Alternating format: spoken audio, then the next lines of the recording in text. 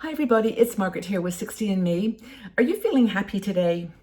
Happy seems to be the goal of everybody in their lives, and it's one of those words that's so loaded, but I want to talk to you today about 13 happiness practices that you can start right now in order to be more grateful and appreciative of the abundance that we have, and maybe give you some inspiration to get out there in the world and enjoy this very precious life. The article by Sheena Sarles inspired this conversation, and I think that she is just an amazing woman, and writes about cultivating happiness in her practices of yoga and other mindfulness practices. But it's just really straightforward things, and it's not anything that's magical or that you wouldn't have guessed yourself. But we're just here for each other, and this is a good opportunity to just share with one another the 13 things that you can do to realize that happiness is a choice. It doesn't have to be conditional on any situation, any financial situation, even any health situation. It's just our simple presence on this planet. So some happiness practices to bring into your life. Give thanks. Just give thanks. Thanks for everything that you have in your life along the spectrum of, from very little to a lot. I mean, whatever you've got, it's yours. You own it. It's precious to you. So give thanks. Give thanks to the things that, that are bringing meaning to your life. People who have optimism and more satisfaction in their life live longer, have a happier experience. And so that's the first thing, is just to simply give thanks for what you have. The second thing is to practice kindness. Kindness is one word that I have used so many times in our videos and our articles, because I think it's at the heart of 60andme. I think it's at the heart of what we do, of what we offer. It's just the kind of the common denominator. And it doesn't have to be Pollyanna-ish. It's just simply putting others, first. I mean, doing unto others as you would have them do unto you. It is the golden rule. And being kind, I think, is such a great practice that leads to happiness. It makes you feel great to help other people. And I think that being kind in your attitude to the world, to Mother Nature, to other people in the community and globally, just, be kind. Practice it. Do it in lots of different ways. It doesn't have to be a big thing. It could be small or large. And by the way, did you know that your brain actually lights up in different places when you are kind to people, when you get that kind of satisfaction from giving? And so it definitely affects you on a biological, physiological level as well. The next thing that Sheena says, I love these 13. They're just so obvious. But this is the next one, which is give up grudges. I know this is hard. We sometimes think that some things are so important in our lives, only to realize that they're just not that important. And when we have a grudge or we're holding something against someone, it just enables us that holds us back from feeling positive emotions. And it gets into a conversation that we've had many times about estrangement. I know that there's some definite reasons for it in certain situations, but sometimes it's a grudge against something very small or on reflection quite insignificant. But give up grudges. I think that's number 4. Another thing is to get physical. Go out, walk, dance, sing, move. And that is definitely a happiness motivator to actually get going. Stress is just allergic to movement. You can't feel stressful and feel when you're dancing or when you're moving. So get out there and move around.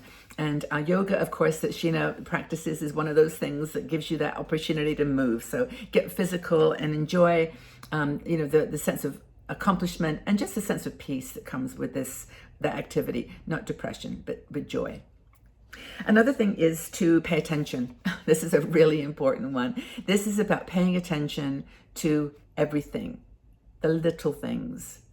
I actually love to watch people. I just think that people are endlessly fascinating. And I love talking to the women in our community. It's just a magical experience to pay attention to someone's observations, to someone's views, and also to pay attention to the world.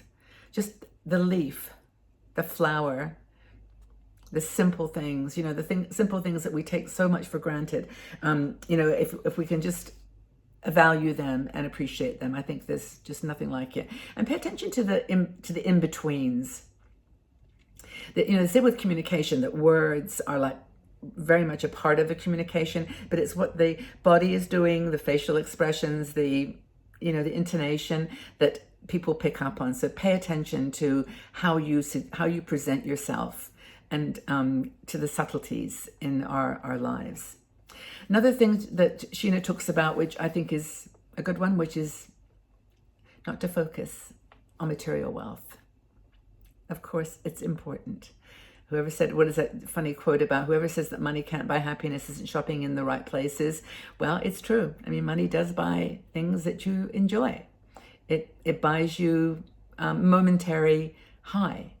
And a lot of people do get into this fast fashion world and into fast everything world because it just makes them feel good for a day or an hour or a minute. It's just, material wealth. For anyone who has gone through an illness or gone through a loss, they will absolutely agree with this one, that just do not focus. You can certainly want to achieve it, and you want to be comfortable in your retirement, and you want to be secure, but not to focus on it so much that it becomes the most important thing in your lives. Did you know that they did some surveys? I was just looking at this notes here that when people make $75,000 a year, which is a lot, I mean, I agree with that, but after that point, that does not improve their happiness. So once you've got your basic needs and a bit taken care of, happiness does not, it's not like it expands. And we know this from the experiences of people who have lots and lots of money and lots of unhappiness. It doesn't seem to help in that respect. Another thing that another one in the list of 13 is to be curious. I think when people often ask me to describe myself, I'll often say I'm creative, I'm compassionate, and I'm curious. And it's the thing that just drives me forward. I just love being curious about things. I always investigate and question the next thing and and take it to the next level. I'm constantly researching things online because I just really enjoy that. Pema Chodron, who's a Buddhist nun, said that curiosity is the key to happiness is curiosity. And, just finding joy in the small things, finding joy in those kinds of things that take you deeper. And maybe that's part of the pay attention as well. It's like being curious about everything and wanting to understand people. When someone says something, it's like, well, that's interesting, and tell me more. Or just being curious about how things fit together or are associated. It's just a magical world of curiosity. Another thing is to live in the present. Live in the present, just be here. Don't worry about the past. You can't anticipate the future. All you can do is be right here, right now. And I think there's some wonderful teachers that focus on this. Teacher Eckhart Tolle, for one person, just be in the present moment, because that's where your joy is. That's where your bliss is. I know it's hard, and worry, and don't be a worrier, be a warrior, and face those challenges head on. Don't let it get to you and pull you down. Just simply live in the present moment where you can control things. You can't control anything else. This is all you can control. So it's right here. I'm looking at my notes here. 17 seconds. What is this one? Oh, that's right. This is what Sheena says, that when you hold something in your thoughts for 17 seconds, if you release it before 17 seconds, it will go away. Okay, you see, you're worrying about something, and if you keep worrying about it for 17 seconds, it sticks.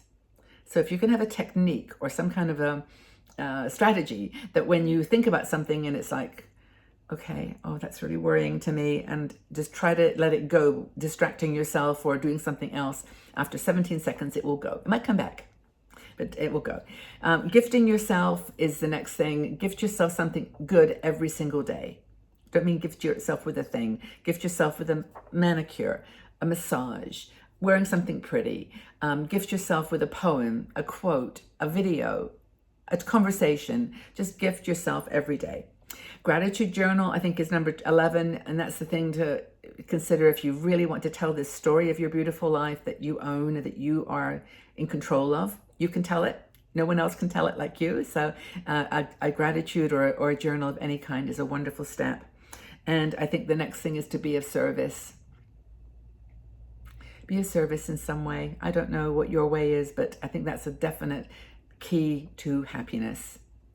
And I hope that this has been 13. I might have missed some, but check out Sheena's article. All of them are there. But I think those are the highlights of it. And I hope that that's giving you some idea of what happiness is. I mean, we all know what it is. We know when we feel happy, we want to bottle it, want to keep, put it away forever and ever. But it's something that we have control over, and we can do certain things to energize it, to amplify it, to amplify happiness. So how do you look at the world with joy? What do you do that makes you happy? Let's have a conversation. Leave your comments in the section below. I really hope this has been an inspiration to you and given you something to think about today. I hope that you're happy. I hope that you've got some techniques for being happy. It means the world to me to know that you are doing that. So take really good care of yourselves. I'm with you always by your side, and I'm here to support you. And just take very, very good care. Stay safe and well, and I love you. Bye-bye for now.